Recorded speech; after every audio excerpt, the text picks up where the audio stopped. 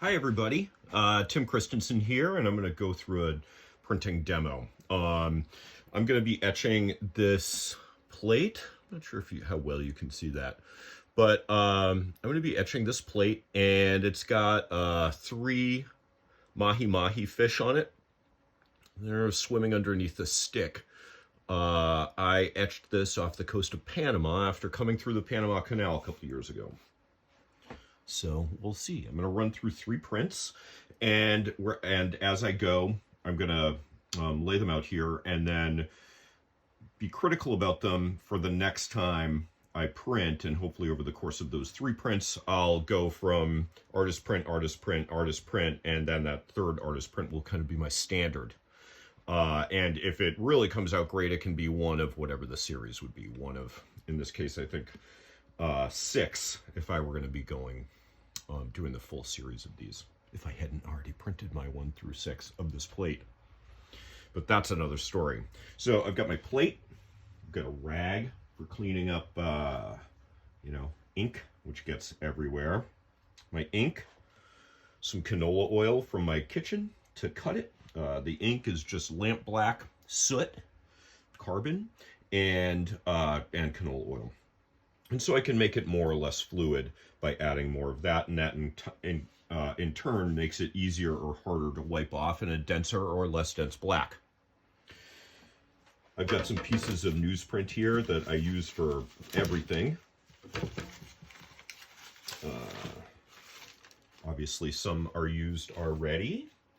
And then over here you'll see I have 3 pieces of Arches 160-pound paper soaking in that water, and that's going to get ready. That water will soften up that paper, and when I run it through this press, and these rollers have maybe 2 tons of pressure on them, when I run it through there, that wet paper will get smushed into the little crevices, into the lines that I made on this plate. And if I've done a good job of pushing ink into each of those crevices and a good job of wiping it off of all the places that are proud, all the places that are flat, then it'll pull it off and you'll see this design. It's all theory till it's done. So here we go. First thing that I'm going to do is I have to put some ink on this plate. Now, because this plate is made of PETG plastic, it is pretty soft, so I want to be careful not to scratch it. Actually, first thing I'm going to do is thin this a little bit and mix it with a lot of oil. Push some of that over there. There we go. This is like mixing any other paint. That's all this is just paint. But instead of it being boiled linseed oil, which will cause it to kind of harden over time, or what have you, it's just an oil medium. I was speaking with a friend of mine who was a curator at the National Museum in Canada. I went to college, went to high school with her, and so I had just started on my printmaking journey, and I said, how long? If I'm putting this on Arches, which is an acid-free archival paper, if I'm putting this on Arches, how long can I expect that this is going to last? She's like, oh, carbon? Yeah, it never goes away. So, which is pretty cool, right? Because if you know my work, if you know what I'm about, that accessibility and longevity of the medium is something that's really important to me.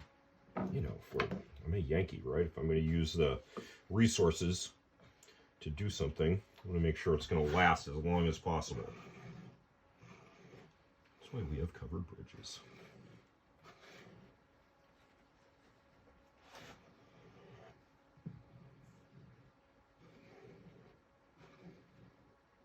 So I'm working it in, I'm really making sure that it sets down into all of my cracks. I'm going to all of the edges.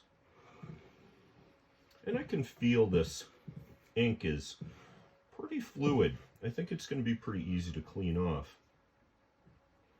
We'll see if it's dark enough to give me the dark lines that I want. Sometimes when it's really fluid like that, the amount that you leave on is extra critical.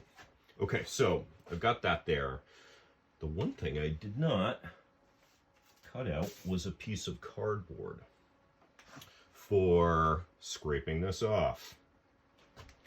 Give me a second.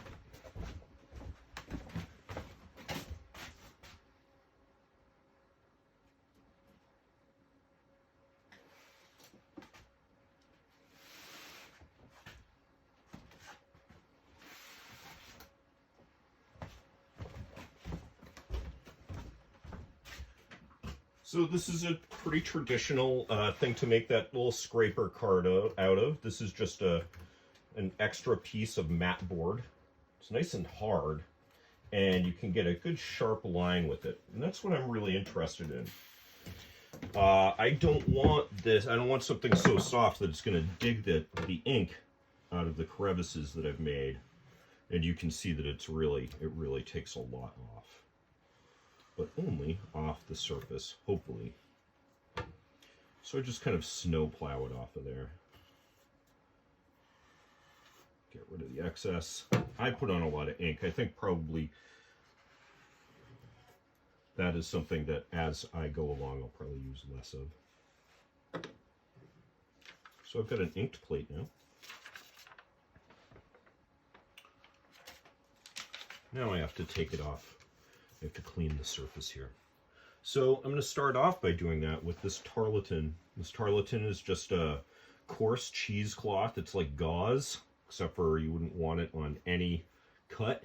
It's really rough and hard, and that's what I'm going to use it for too, because as it's hard, it won't go down into those cracks, as long as I don't go in a linear fashion, right? Most of our lines are not on this axis.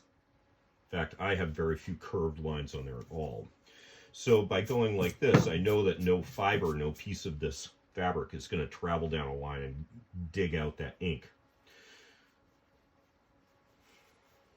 The idea here is to leave ink only in the lines and to have the surface part, the flat part, the proud part,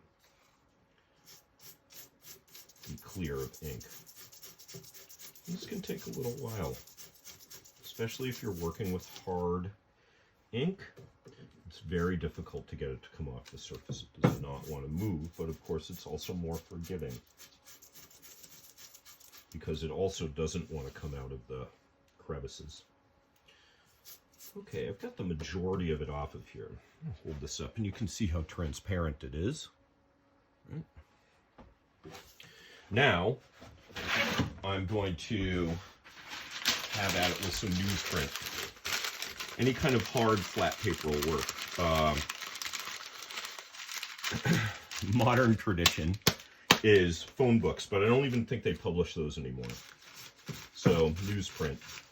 And again, the object is to not dig out any of those lines, but to let the ink stay there, but to wipe the ink off the surface. And I can really see that this is getting close. The very faint lines on some of the lighter parts of this are starting to reveal. And I'm feeling pretty confident that I'm getting close to being able to print this now. What I'm looking for is I want to be able to see kind of the glistening oil spot look within all of the lines that I made, all of the etching channels. But I don't really want to be able to see those on the flat parts that don't have any lines. So that looks pretty good. Let's pull a print of it. That's what it looks like. You can really see the etching lines, but it's still a little bit dark. You know, a lot of that ink is on the back here too. So to pull this print, I lay it down on the bed. I get my chopsticks, because my hands are super inky. And now I register. Registering is the thing that I am least good at. But let's see. I don't always mess it up. There are ways to go. If you're going to be doing a series, there are ways to make guides, so you just lay it down in the same place every time. And if I were doing a number of these, that's what I would do.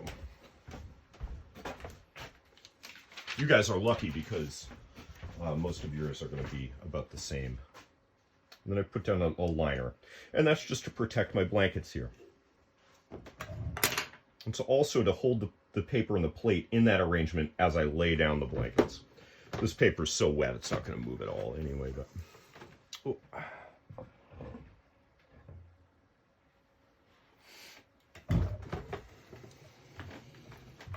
So,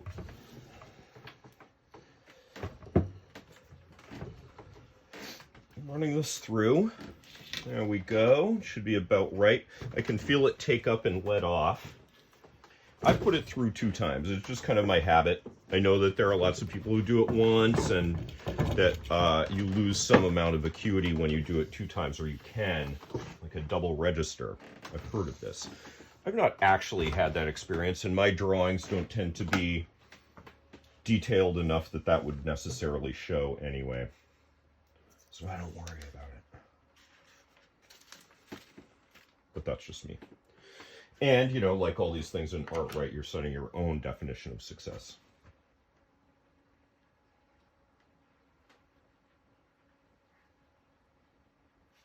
Super dark, but cool, but dark. All right, let me hold that up for you.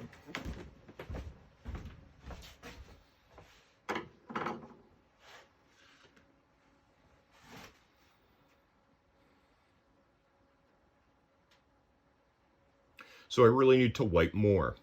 I'm looking for more contrast and more clarity in my lines. I'll set this aside and do it again.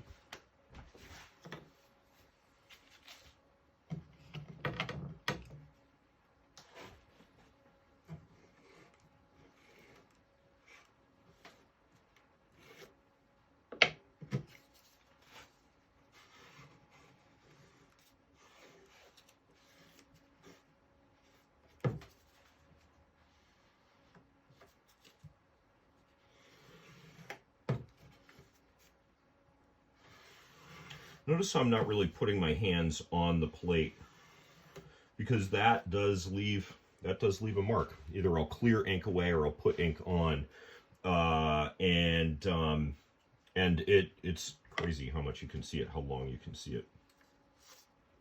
So I keep my hands off it as much as I can.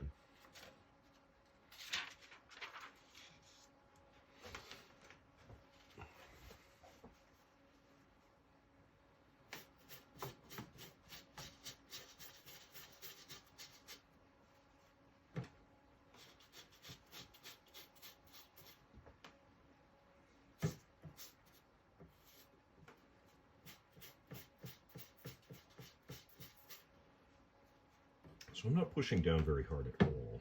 I'm really just riding over the surface.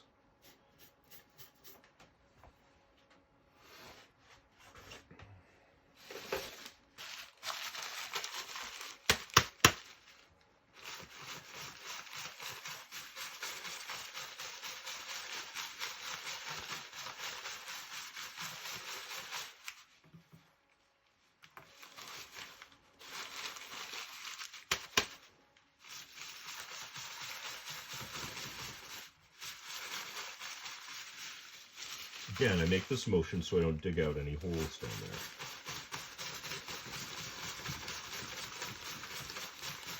I'm trying to work the whole plate at the same time so that I don't have the problem of one place being done and wiped and then one place right adjacent to it not being able to. It always winds up in them being kind of overexposed.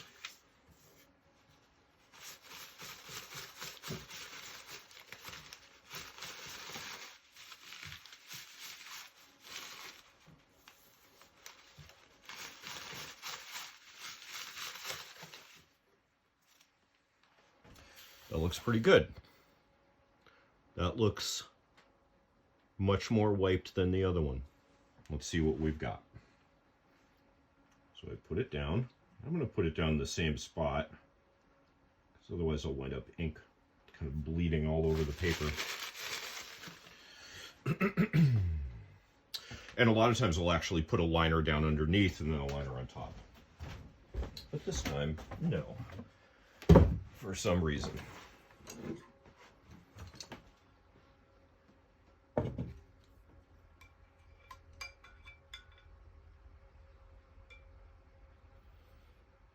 You can also dry off your paper. A lot of people do that. You can dry it off with a squeegee. and just wipe the surface water off. You can put it between 2 layers of towel and then put a rolling pin over it. Squish it out that way. I just tend to lay it down like that. You will not be surprised to know.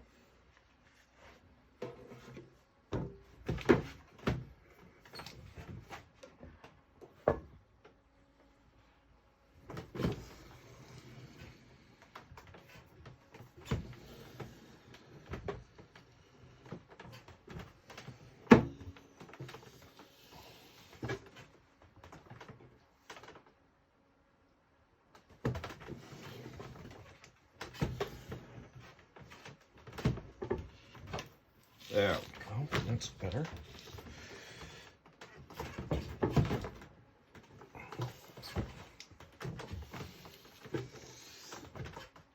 These felt blankets are really hard. You know, they transfer all of this pressure through them. There we go, that's better.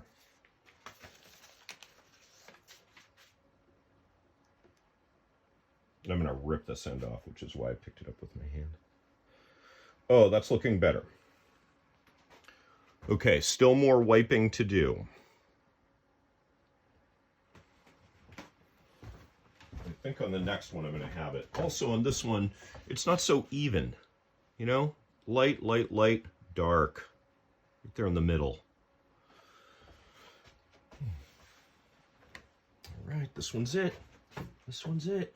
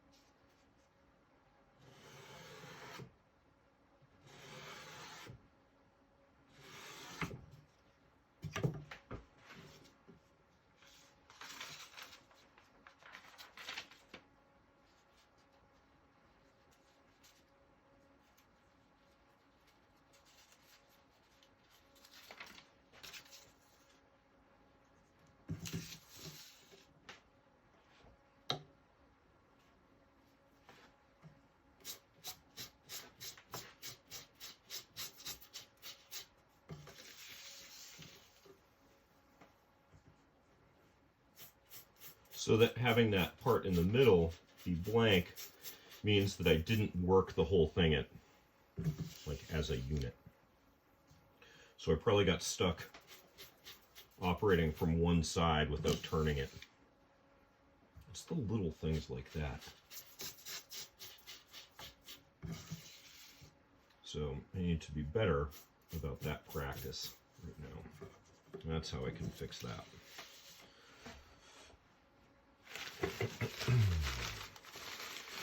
You know, the cool thing about a print though, right, is you get to go through this whole process of being like, what can I do better? And that, you know, once you've got it exactly where you want it, then that's the one that you remake. But it's not like you need to hit it on the first time, which I love.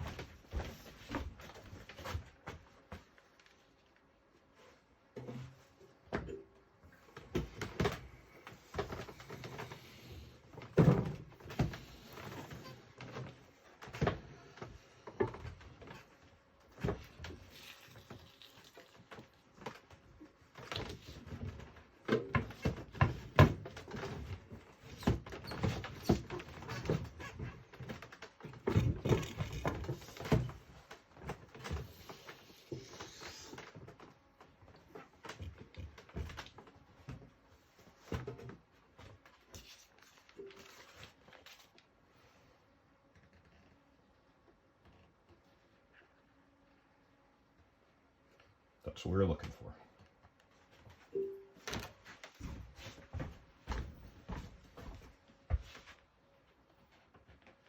All right, let's take a look at these.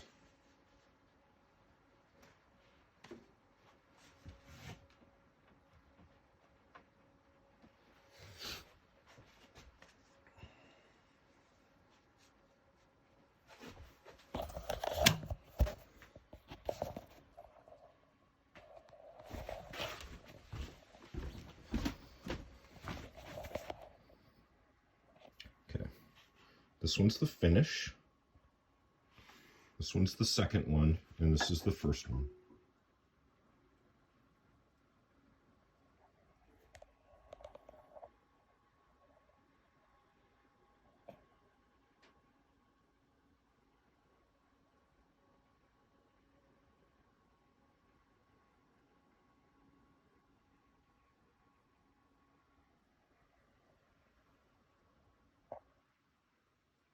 All right, thanks for watching. Hope everybody has a great day.